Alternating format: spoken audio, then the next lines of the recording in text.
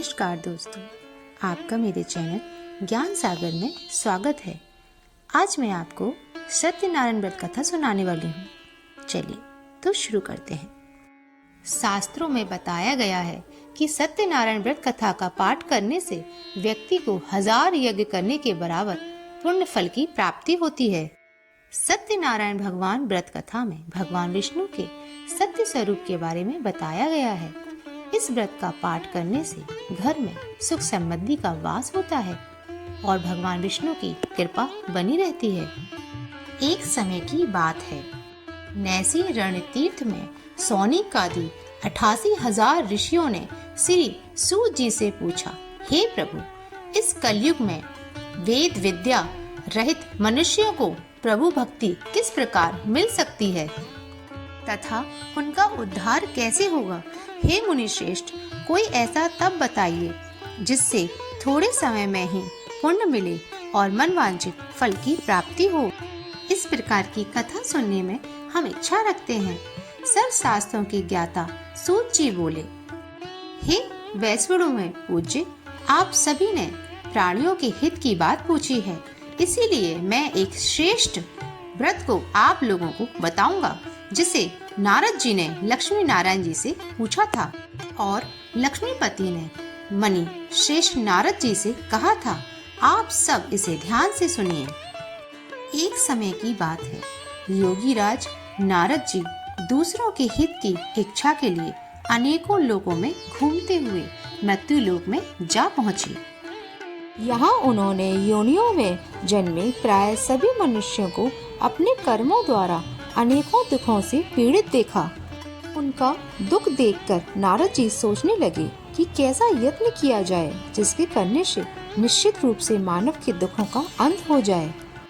इसी विचार पर मनन करते हुए वह विष्णु लोक में गए। वहाँ वह देवों के ईश भगवान नारायण की स्तुति करने लगे, जिनके हाथों में शंख चक्र गदा और पद्म थे, गले में वरमाला पहने हुए थे। स्तुति करते हुए नारद जी बोले, हे भगवान, आप अत्यंत शक्ति से संपन्न हैं, मन तथा वाणी भी आपको नहीं पा सकती है। आपका आदि मध्य तथा अंत नहीं है। निर्गुण स्वरूप सृष्टि के कारण भक्तों के दुख को दूर करने वाले आपको मेरा नमस्कार है।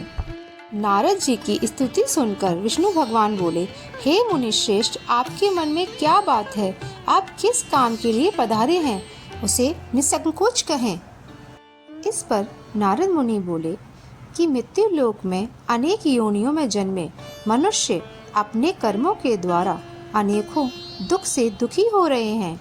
हे नाथ, आप मुझ पर दया रखते हुए बताइए कि वो मनुष्य थोड़े प्रयास से ही अपने दुखों से कैसे छुटकारा पा सकते हैं। श्री हरि बोले, हे नारद, मनुष्यों की भलाई के लिए तुमने बहुत अच्छी बात पूछी है, जिसके करने से मनुष्य मोह से छूट जाता है। ये बात मैं कहता हूँ, उसे सुनो। स्वर्ग लोक व मृत्यु लोक दोनों में एक दुर्लभ उत्तम व्रत है जो पुण्य देने वाला है। आज प्रेम बस होकर मैं तुमसे कहता हूँ।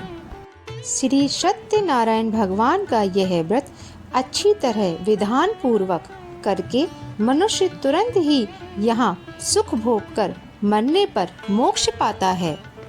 श्री हरि के वचन सुन नारद जी बोले कि उस व्रत का फल क्या है और उसका विधान क्या है? यह व्रत किसने किया था? इस व्रत को किस दिन करना चाहिए? सभी कुछ विस्तार से बताएं। नारद जी की बात सुनकर श्री हरि बोले, दुख व शोक को दूर करने वाला यह व्रत सभी स्थानों पर विजय दिलाने वाला है। मानव को भक्ति व श्रद्धा के साथ शाम को श्री सत्यनारायण भगवान की पूजा धर्मपरायण होकर ब्राह्मणों व बंधुओं के साथ करना चाहिए। भक्ति भाव से ही नैवेद्य केले का फल, घी, दूध और गेहूं का आटा लें। गेहूं के स्थान पर साठी का आटा, शक्कर तथा गुड़ लेकर वह सभी भक्षण योग्य पदार्थों को मिलाकर भगवान का भोग लगाएं। ब्राह्मण सहित बंधु बांधवों को भोजन कराएं। उसके बाद स्वयं भोजन करें। भजन कीर्तन के साथ भगवान की भक्ति में लीन हो जाएं। इस तरह से सत्यनारायण भगवान का यह व्रत करने पर मनुष्य की सारी इच्छाएं निश्चित ही पूरी होती हैं। इस कली काल अर्थात कलि युग में मृत्यु लोक में मोक्ष का यही एक सरल उपाय बताया गया है। इति श्री सत्यनारायण व्रत कथा का प्रथम अध्याय संपूर्ण। श्रीमन्नारायण नारायण हरि हरि, भजमन नारायण नारायण हरि हरि। लो श्री सत्यनारायण भगवान की जय। श्री सत्यनारायण कथा का द्वितीय अध्याय।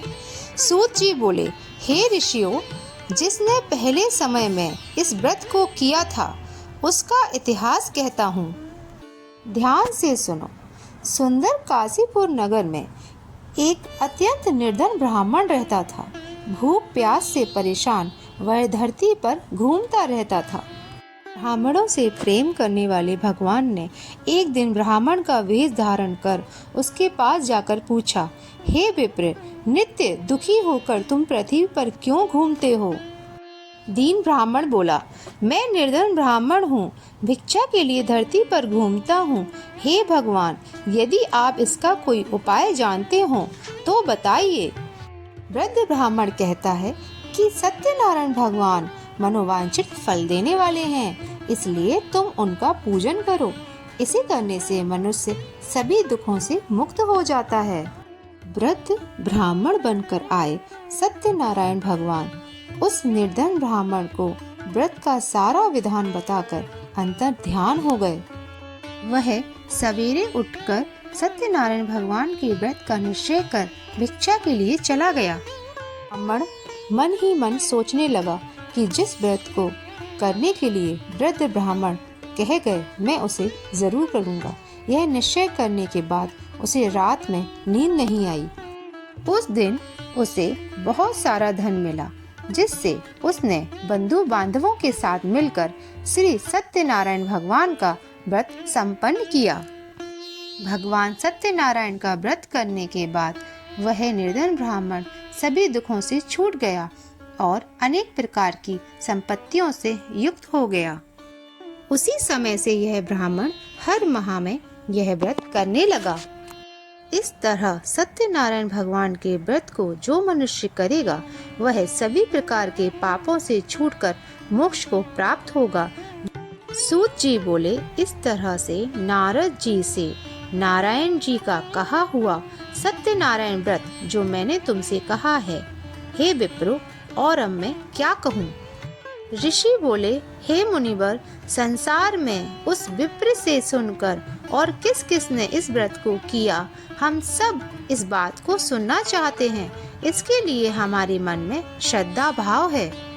सूत जी बोले, हे मुनियों, जिस जिस ने इस व्रत को किया है वह सब सुनो। एक समय वही विप्र धन व ऐश्वर्य के साथ अपने बंधु बांधवों के साथ इस व्रत को करने को तैयार हुआ। उसी समय एक लकड़ी बेचने वाला बूढ़ा आदमी आया और लकड़ियां बाहर रखकर अंदर ब्राह्मण के घर में गया। प्यास से दुखी वह लकड़हारा उनको व्रत करते देख विप्र को नमस्कार कर पूछने लगा कि आप यह क्या कर रहे हैं? इसे करने से क्या फल मिलेगा? कृपया मुझे बताएं। ब्राह्मण ने कहा कि यह सब मनोकामनाएं पूरी करने वाला सत्यनारायण भगवान का व्रत है। विप्र से सत्यनारायण व्रत के बारे में जानकर लकड़हारा बहुत प्रसन्न हुआ। चरणामृत लेकर वह प्रसाद खाने के बाद वह अपने घर गया। लकड़हारे ने अपने मन में संकल्प लिया कि आज लकड़ी बेचने से जो धन मिलेगा उसी से श्री सत्यनारायण भगवान का उत्तम व्रत करूंगा। मन में इस विचार को ले बूढ़ा आदमी सिर पर लकड़ियां रख उस नगर में बेचने को चला गया। बूढ़ा प्रसन्नता के साथ दाम लेकर केले, शक्कर, घी, दूध, दही और गेहूं का आटा ले और सत्यनारायण भगवान के व्रत की अन्य सामग्रियां लेकर अपने घर गया।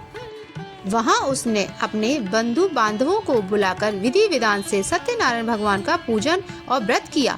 इस व्रत के प्रभाव से बूढ़ा लकड़हारा धन, पुत्र आदि से युक्त होकर संसार के समस्त सुख भोग अंत काल में बैकुंठ धाम को चला गया। इति श्री सत्यनारायण व्रत कथा का द्वितीय अध्याय संपूर्ण। श्रीमन्नारायण नारायण हरि हरि, भजमन नारायण नारायण हरि हरि। बोलो श्री सत्यनारायण भगवान की जय। श्री सत्यनारायण कथा तृतीय अध्याय। सूत जी बोले, हे श्रेष्ठ मुनियों, अब आगे की कथा कहता हूँ। पहले समय में उल्कामुख नाम का एक बुद्धिमान राजा था। वह सत्यवक्ता और जितेंद्रिय था। प्रतिदिन देव स्थान पर जाता और निर्धनों को धन देकर उनके कष्ट दूर करता था। उसकी पत्नी कमल के समान मुख वाली तथा सती साध्वी थी। भद्रशिला नदी के तट पर उन दोनों ने श्री सत्यनारायण भगवान का व्रत किया। उसी समय साधु नाम एक वैश्य आया। उसके पास व्यापार करने के लिए बहुत सा धन भी था। राजा को व्रत करते देखकर वह विनय के साथ पूछने लगा, हे राजन, भक्ति भाव से पूर्ण होकर आप यह क्या कर रहे हैं? मैं उसे सुनना चाहता हूँ, आप मुझे बताएं। राजा बोला, हे साधु, अपने बंधु बांधवों के साथ पुत्रादि की प्राप्ति के लिए एक महाशक्तिमान श्री सत्यनारायण भगवान का व्रत व पूजन कर रहा हूँ। राजा के वचन सुन साधु आदर से बोला, हे राजन, मुझे इस व्रत का सारा विधान कहिए। आपके कथानुसार मैं भी इस व्रत को करूँगा। मेरी भी संतान नहीं है और इस व्रत को करने से निश्चित रूप से मुझे संतान की प्राप्ति होगी। राजा से व्रत का सारा विधान सुन व्यापार से निवृत्त हो वह अपने घर गया। साधु वैश्य ने अपनी पत्नी को संतान देने वाली इस व्रत का वर्णन सुनाया और कहा कि जब मेरी संतान होगी तब मैं इस व्रत को करूँगा। साधु ने इस तरह के वचन अपनी पत्नी लीलावती से कहे। एक दिन लीलावती पति के साथ आनंदित हो सांसारिक धर्म में प्रवृत्त होकर सत्यनारायण भगवान की कृपा से गर्भवती हो गई। 10वें महीने में उसके गर्भ से एक सुंदर कन्या ने जन्म लिया। दिनों दिन वह बढ़ने लगी जैसे कि शुक्ल पक्ष का चंद्रमा बढ़ता है। माता पिता ने अपनी कन्या का नाम कलावती रखा। एक दिन लीलावती ने मीठे शब्दों में अपने पति को याद दिलाया कि वह सत्यनारायण भगवान के जिस व्रत को करने का संकल्प किया था उसे करने का समय आ गया है। आप इस व्रत को करिए। साधु बोला, हे प्रिय, इस व्रत को मैं उसके विवाह पर करूँगा। इस प्रकार अपनी पत्नी को आश्वासन देकर वह नगर को चला गया। कलावती पिता के घर में रहकर दिन ब दिन बड़ी होने लगी। साधु ने एक बार नगर में अपनी कन्या को सखियों के साथ देखा तो तुरंत ही दूत को बुलाया और कहा कि मेरी कन्या के योग्य वर देखकर आओ। साधु की बात सुनकर दूत कंचन नगर में पहुंचा और वहां देखभाल कर लड़की के सुयोग्य वर्णिक पुत्र को ले आया। सुयोग्य लड़के को देख साधु ने बंधु बांधवों को बुलाकर अपनी पुत्री का विवाह कर दिया।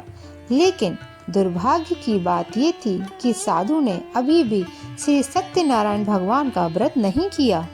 इस पर भगवान क्रोधित हो गए और श्राप दिया कि साधु को अत्यधिक दुख मिले।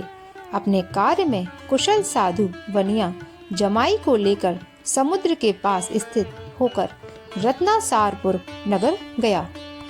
वहां जाकर दामाद ससुर दोनों मिलकर चंद्रकेतु राजा के नगर में व्यापार करने लगे। एक दिन भगवान सत्यनारायण की माया से एक चोर राजा का धन चुराकर भाग रहा था। उसने राजा के सिपाहियों को अपना पीछा करते देख चुराया हुआ धन वहां रख दिया जहां साधु अपने जमाई के साथ ठहरा हुआ था।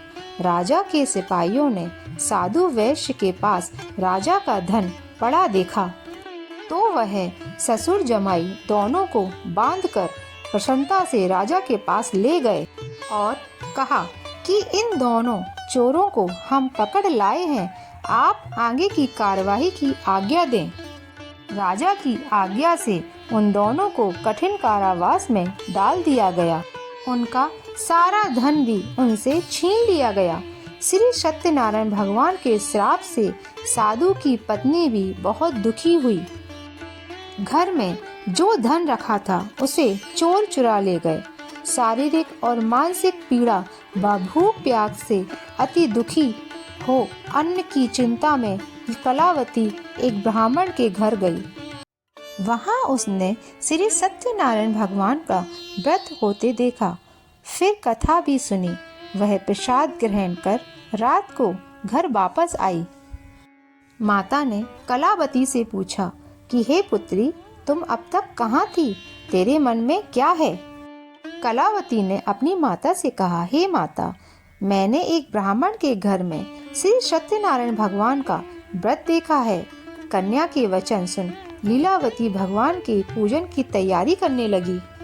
लीलावती ने परिवार व बंधुओं सहित सत्यनारायण भगवान का पूजन किया और उनसे वर मांगा कि मेरे पति तथा जमाई शीघ्र घर आ जाएं। साथ ही यह भी प्रार्थना की कि हम सब का अपराध क्षमा करें। श्री सत्यनारायण भगवान इस व्रत से संतुष्ट हो गए और राजा चंद्रकेतु को सपने में दर्शन देकर कहा, हे राजन, तुम उन दोनों वैश्यों को छोड़ दो और तुमने उनका जो धन लिया है उसे वापस कर दो। अगर तुमने ऐसा नहीं किया तो मैं तुम्हारा धन, राज्य व संतान सभी को नष्ट कर दूंगा। राजा को यह सब कहकर भगवान अंतर ध्यान हो गए। प्रातः काल सभा में राजा ने अपना सपना सुनाया। फिर बोले कि वणिक पुत्रों को कैसे मुक्त कर सभा में लाओ। दोनों ने आते ही राजा को प्रणाम किया। राजा मीठी वाणी में बोला, हे महानुभावों, भाग्यवश ऐसा कठिन दुख तुम्हें प्राप्त हुआ है, लेकिन अब तुम्हें कोई भय नहीं है। ऐसा कह राजा ने उन दोनों को नए वस्त्र आभूषण पहनाए और जितना धन उनका लिया था उससे दुगना धन वापस कर दिया। दोनों वैश्य अपने घर चल दिए।